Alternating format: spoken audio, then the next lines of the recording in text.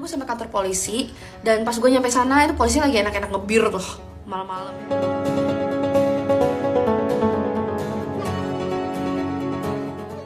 Viral di media sosial, oknum polisi kepergok warga sedang menenggak bir saat dirinya hendak melapor baru saja dijamret.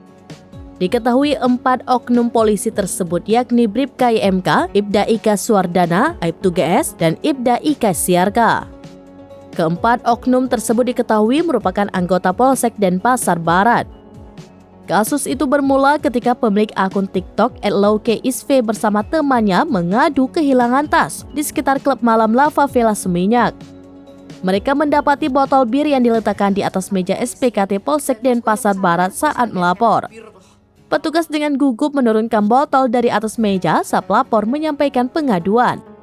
Saat itu, anggota Reskrim Polsek Denpasar Barat, Brigadir Kadek Benny Aryawan, mengecek lokasi Lava Villa Bali di aplikasi Google Maps. Dikarenakan lokasi Lava Villa ternyata masuk wilayah Kuta Utara, Benny menyarankan agar pelapor membuat laporannya di Polsek Kuta Utara sesuai wilayah hukumnya. Benny juga menyarankan korban agar membawa kotak ponselnya saat melapor ke Polsek Kuta Utara. Hal ini untuk mengetahui nomor email untuk melacak keberadaan ponsel korban.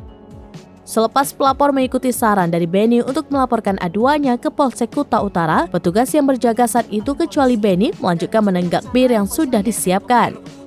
Sementara itu, petugas kepolisian di Polsek Kuta Utara masih memburu pelaku yang menjamret korban saat berjalan kaki di trotoar sebelah kiri Jalan Kayu Aya pada Minggu 9 Juli 2023 pada pukul 1 waktu Indonesia bagian tengah.